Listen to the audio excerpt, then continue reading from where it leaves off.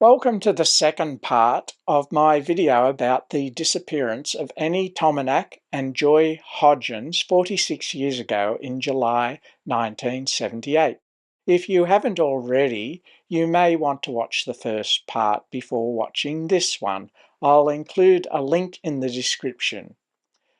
Now, in this second part, I will cover such things as a suspicious letter that was sent by Joy to her housemates a few days after she disappeared, and the police response in 1978.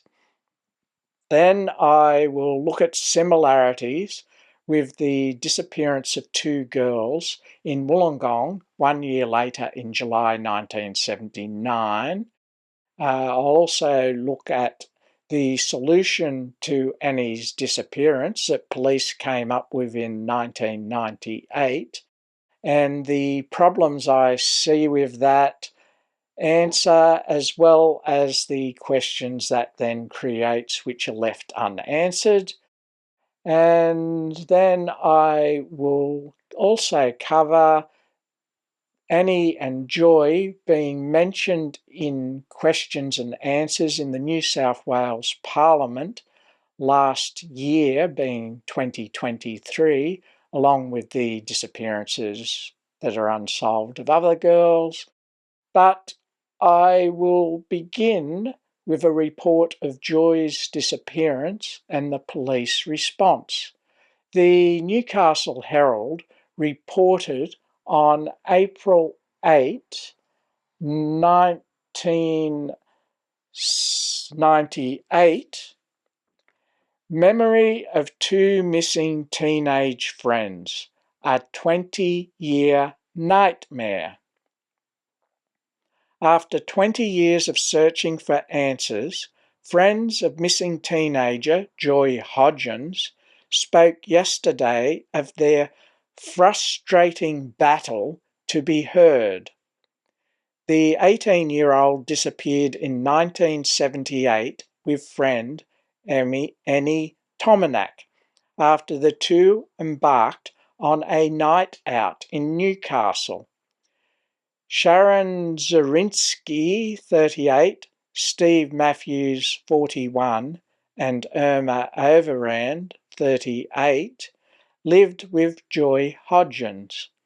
So at the time they would have been 18, 21 and 18. Added to the list of missing Hunter women being investigated by Strike Force Fenwick last week, Joy Hodgins' disappearance had been overlooked. Anni Tominac had been treated as a runaway until recently. Last week, Sharon Zarinsky's statement to police confirmed the two women were together the night they disappeared. Yesterday, police were unable to comment except to say all gathered information was being investigated. It's been very difficult over the years not to become obsessed with it, Mrs. Zarinsky of Rutherford said yesterday. After a while, you just blank it out, but it just haunts you. I did the best I could to get things moving on it, but because I wasn't a relative, I wasn't allowed to file a missing person report. No one had wanted to take the friends seriously, Mrs. Zarinsky said. Instead, the three had embarked on their own searches. When the story of Joy's disappearance was reported last week, Steve Matthews said it was like the return of a nightmare. Anni Tominac and Joy Hodgins are believed to be the first in a series of disappearances spanning from July-August 1978, so is that saying possibly August now, to October 1979. All that time we're sitting there with two people missing, and no one believed that they were gone, he said. We knew what was happening, but no one was listening. 3 days after Joy's disappearance, the three received a letter from Joy postmarked from Wyong. Joy said she and Annie were staying with friends and would be home in a few days. That's when we knew something was wrong, Mr. Matthews said. The whole thing wasn't right.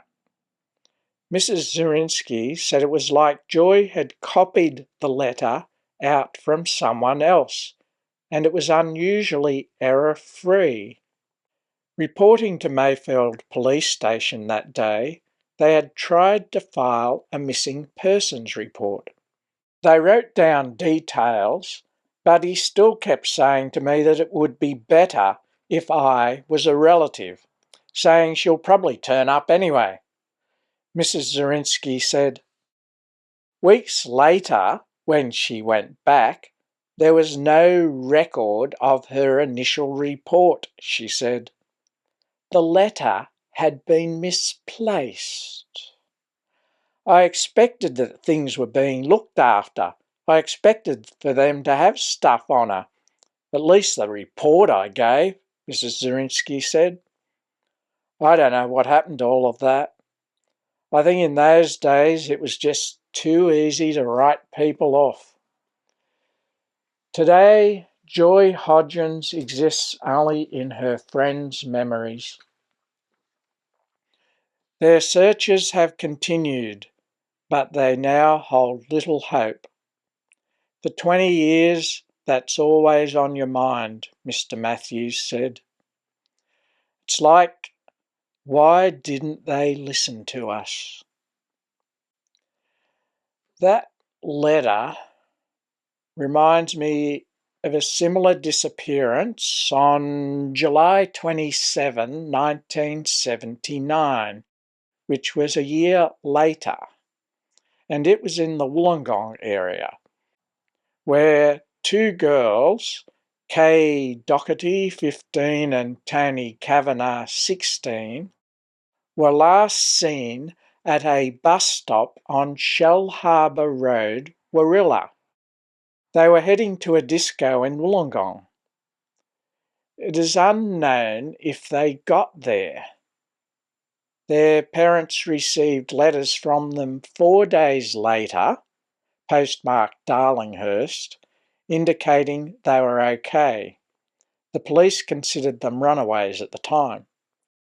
But on November 7, 2009, the Daily Telegraph reported, do letters hold clue to vanishing teens, the lost girls?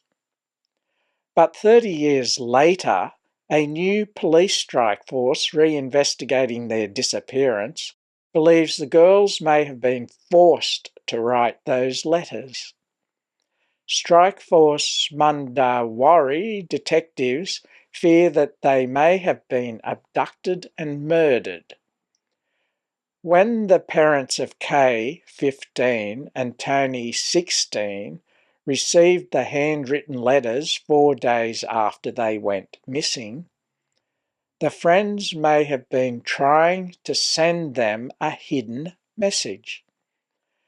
Forensic tests have identified the writing as that of the two girls, but there are spelling and grammar mistakes the girls would never have made, especially Kay, who was a star student at Illawarra High School. Either that, or they made mistakes under duress. Now, given the similarities of the disappearances and writing of letters, it does raise the possibility in my mind that there could be a connection. I mean, I might be wrong, but it's just a thought. Anyway, going back to Annie and Joy, the Newcastle Herald reported on July 11, 1998, police hold new hope for missing Annie. Police appealed yesterday for missing teenager Anni Tominac to contact them if she reads this article. So it sounds like they're believing she's alive. Anni disappeared 20 years ago from the Mayfield area, but has not been seen since. Until recently, it was assumed Anni might have met with foul play, but police now believe she may have shifted to the Port Stephens area. We're making a plea to Anni that if she reads this, to contact Detective Senior Constable Jeff Brooks at Newcastle, a police representative said yesterday. We want her to know it will be treated in strict confidence and we will respect her privacy. She is not in any trouble with the police. We just want her to let us know she is all right. It is all part of our investigation. The renewed appeal comes after detectives from Strike Force Fenwick uncovered several reports on the case by police in 1978, which were thought to have gone missing. One report revealed that Anni might have moved to the Nelson Bay area in 1979 and had a baby with a man known only as Gary. Now, the previous day, the Newcastle Herald said that this report was made by Mayfield Police and that Gary was from Cook's Hill. I do find it a little odd that it was a Mayfield Police report when Anni's disappearance was reported to Adamstown Police. But perhaps since the last sighting of her was at Mayfield, perhaps it was transferred to Mayfield Police. If so, why didn't they connect that to the disappearance of Joy? All seems a little odd to me anyway, but anyway, back to the July 11 article. We can't say exactly where she is living, Strike Force leader Detective Superintendent Ron Smith said yesterday. It was possible she was living with other people, possibly renting a house in the area. It's possible she could still be living in the Port Stephens area. Police said it was possible Anni had formed a new identity. She ran away from her parents' New Lambton home and moved into Ms. Joy Hodgins' home in Margaret Street, Mayfield, on July 1, 1978. The dates are all confusing. All we can say, definitely, well, maybe not even definitely, but July 1978. Both girls were thought to have disappeared after attending the Ambassador nightclub in Hunter Street in July of that year. Police remain baffled as to the whereabouts of Joy Hodgins and hope that finding Anni may lead them to solve her mystery.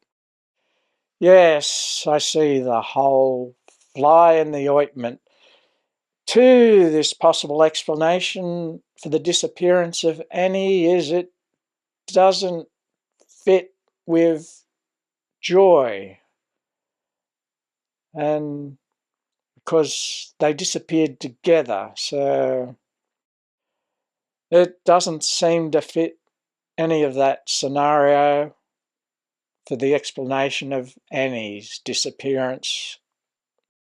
But anyway, continuing.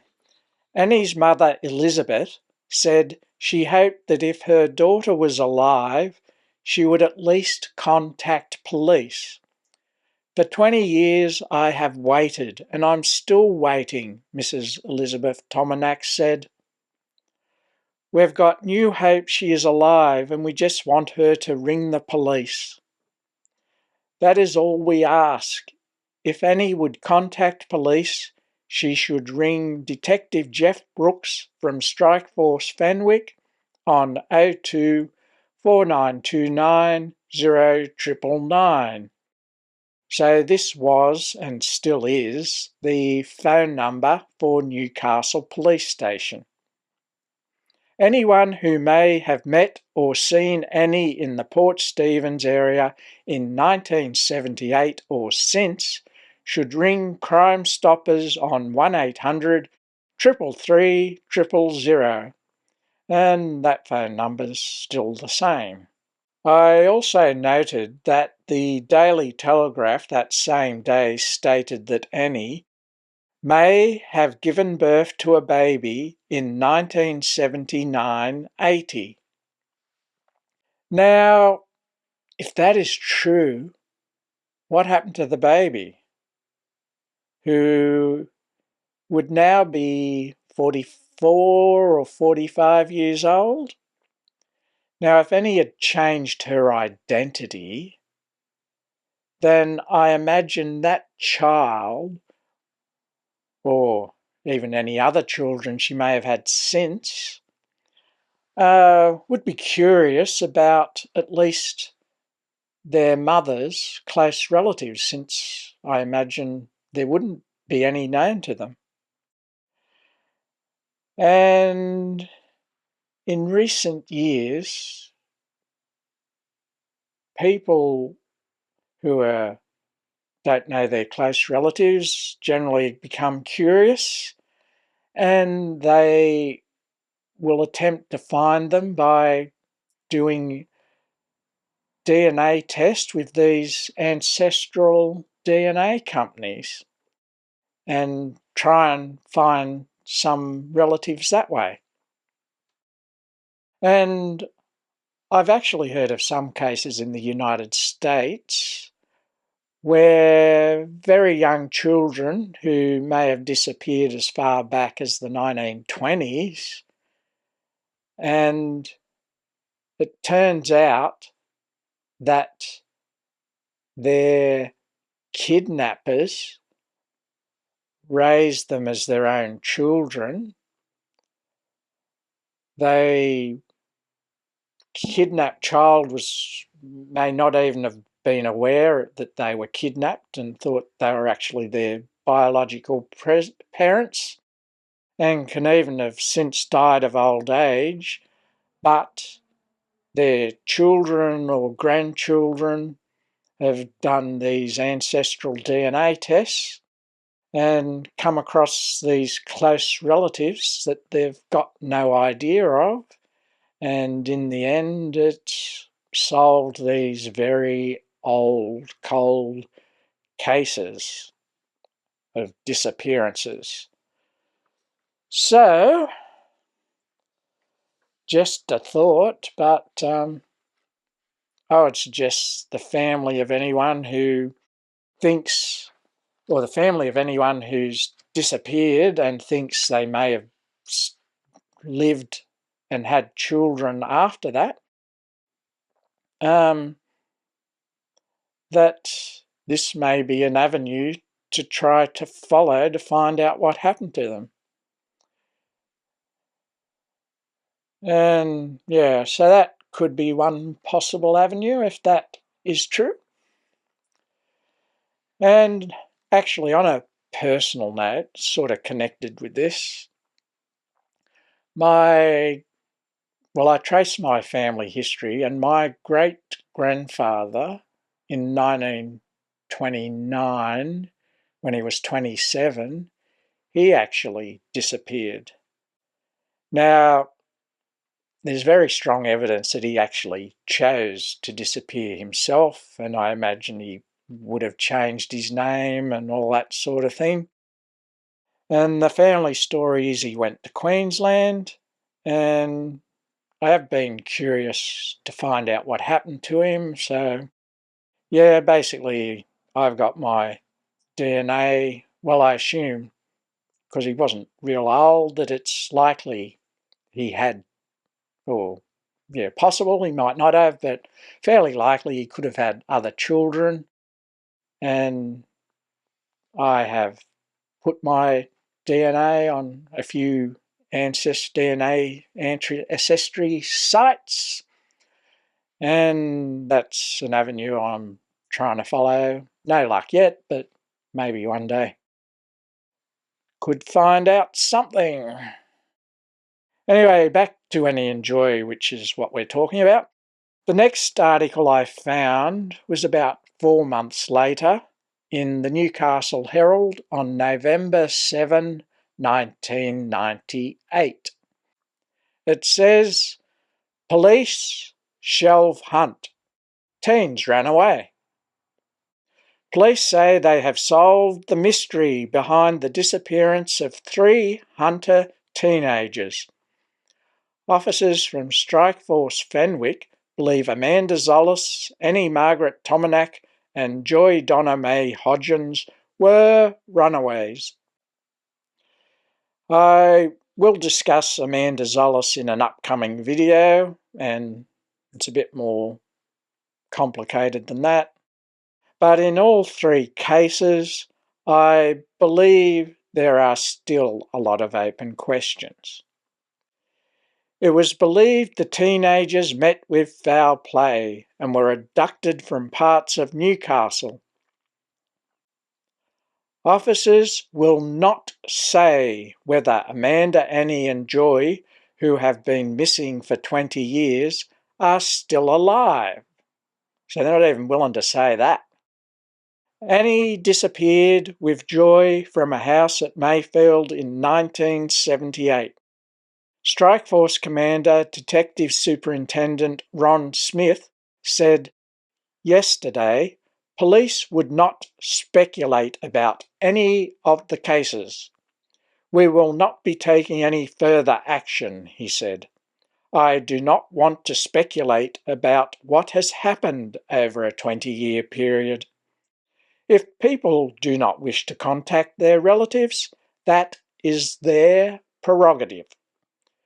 Credible witnesses had told police the 3 had not disappeared in suspicious circumstances. "We are giving relatives of these people some type of answer," Superintendent Smith said. So, from that,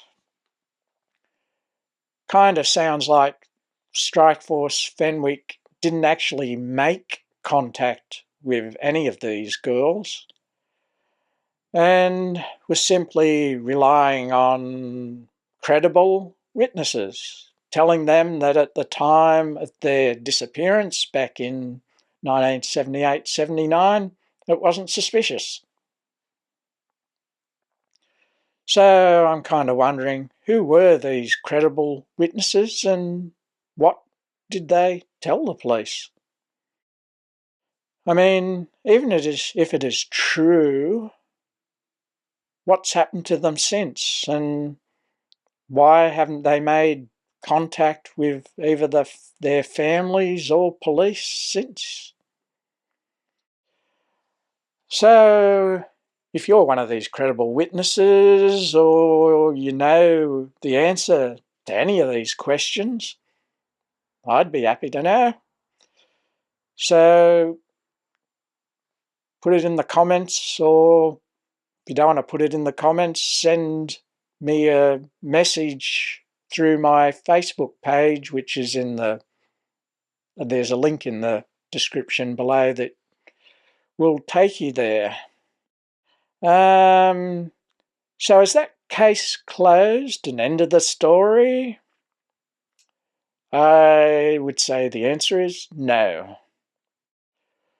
But before I get to that, I'll briefly summarise what we know so far, and I'll also get back to that 1980 article I did mention in the first part of the videos. Now, we have Joy, who was orphaned 4 months before she disappeared, and she'd moved out of home and was living in a house with 3 other people in Mayfield. Then Annie has left home, which it seems was against her parents' wishes, and she moved into the same house at Mayfield.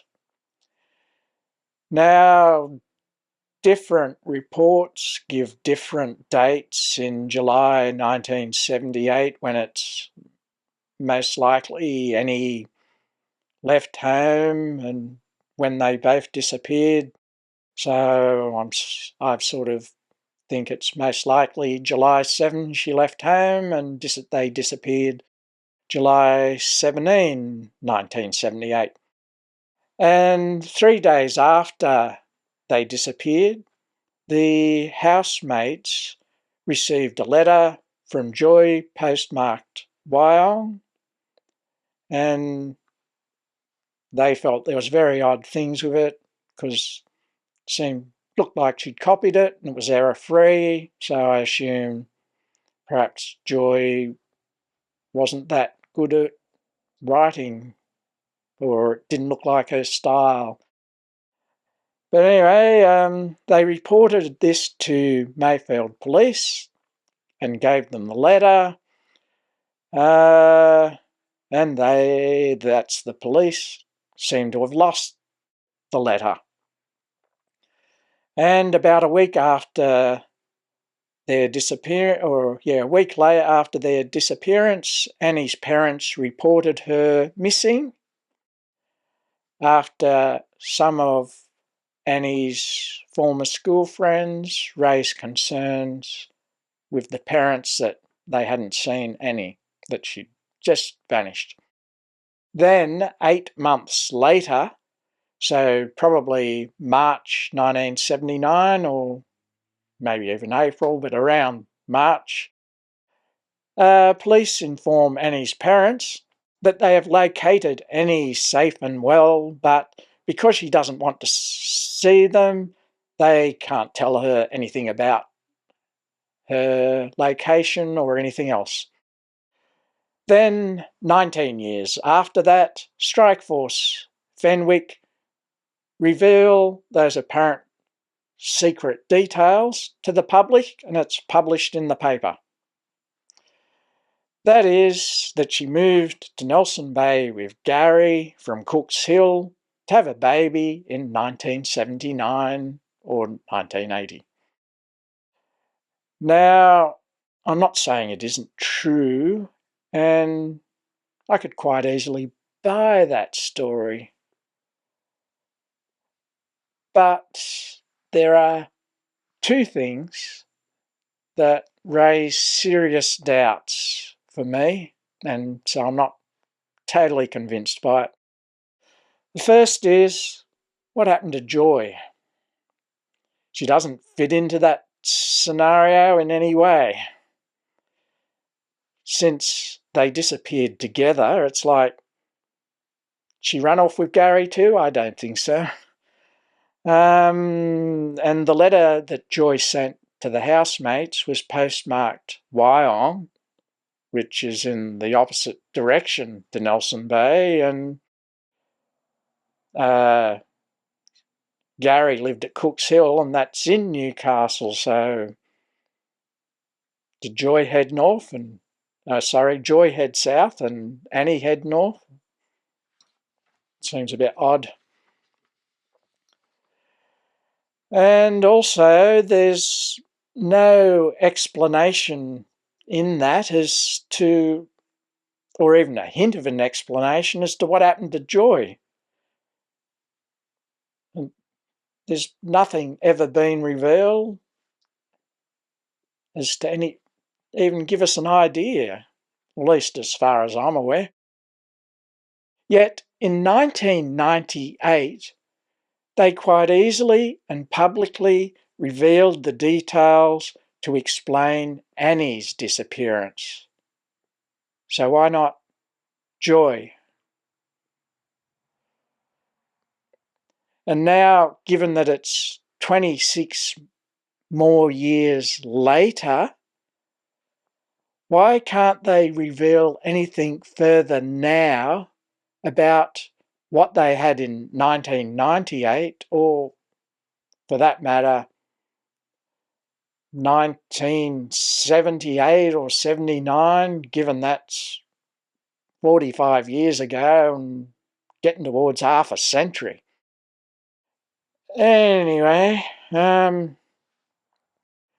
the second reason I'm not convinced by the explanation of Annie's disappearance goes back to that 1980 article in the Newcastle Herald, and that was on the 11th of November 1980, and it states, "Police will renew this week investigations into the disappearances of Robin Hickey, 17, of Belmont, Amanda Therese Robinson, 14, of Swansea, and Amanda Zollis, 16, of Hamilton. They will also renew investigations into the disappearances of 2 other Newcastle girls. Leanne Beth Goodall, 20, of Lambton, and Annie Margaret it says here Tominac, but Tominac, 17, of Adamstown." The officer in charge of Newcastle CIB District, Inspector Anne Sheether, said yesterday that police held fears for the girls' safety because nothing had been heard of them since their disappearances. So, we had in March 1979 police inform Annie's parents they found her safe and well. So, why just over 18 months later are investigations being renewed into her disappearance? Seems a bit odd. I mean, perhaps the record keeping of police was that bad then that they didn't know what cases were solved or not. I mean, that's possible, I suppose. But anyway, I also noted that Joy was not included in the investigations they were renewing. This probably just reinforces the case that a file was never created and that's why they couldn't find it. Anyway, since the cases were closed in 1998, I have only found one other newspaper article that mentions them.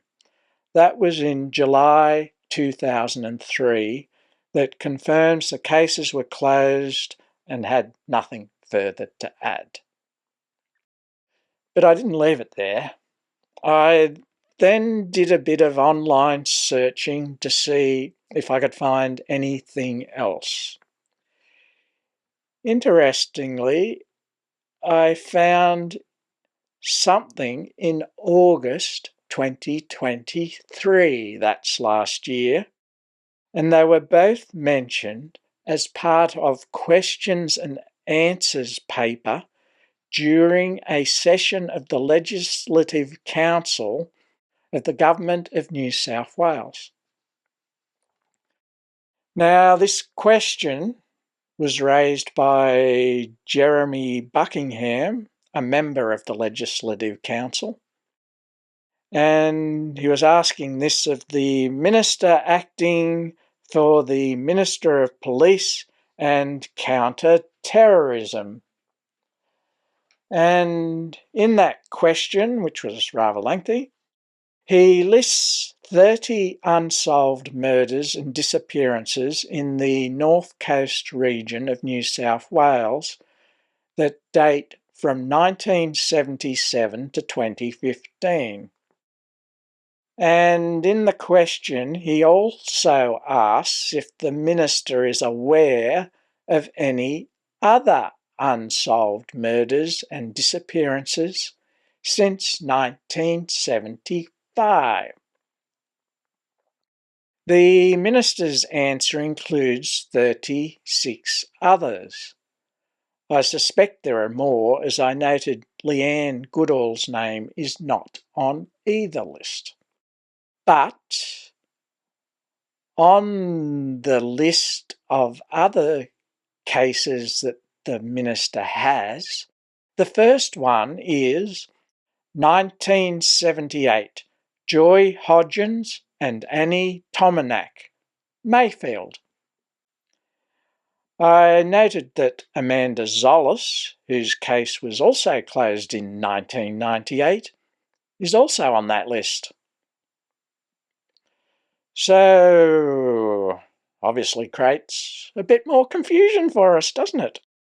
Have they reopened their cases since 2003? Did they even close the cases in 1998? So, confusion, I just thought, okay, I'll have a look at the online New South Wales Police Missing Persons Register to see who is and isn't there. So on that, it does include Anni Tominac, as well as Leanne Goodall and Amanda Zollis, but not Joy Hodgins. So, I'm confused. Don't know about you. So I think my next step, I might look into sending an email to this Jeremy Buckingham, since he seems to have an interest in what's going on here. And I'll see if he can put some light on what's happening. But anyway, to conclude this story, even though it's gotten confusing, while I might have provided a lot of information surrounding Anni and Joy's disappearance and the police investigations, I've probably raised more questions, obviously, especially in regards to Joy. It seems there's not much information at all on her. So, if you have any answers, or even just hints at answers, I'd be happy to hear them. And so you can just put it in the comments to this video, or send me a message through my Facebook page, and there's a link in the description. And I guess if you think you've got information that might help the police, you can contact Crime Stoppers as well. Anyway. Ring us anonymously if you think you have that missing piece of this puzzle. And it's never too late to bring that information to our attention. I hope you found this video interesting and informative, or it's at least got you thinking. And if you'd like to watch my future videos, please subscribe and click on the bell to be notified when I upload them. And if you'd like to support me in making my videos, you may do so at Patreon, and there's a link in the description below. I'm David A. Elliott. Have a good one, and see you around like a whistle.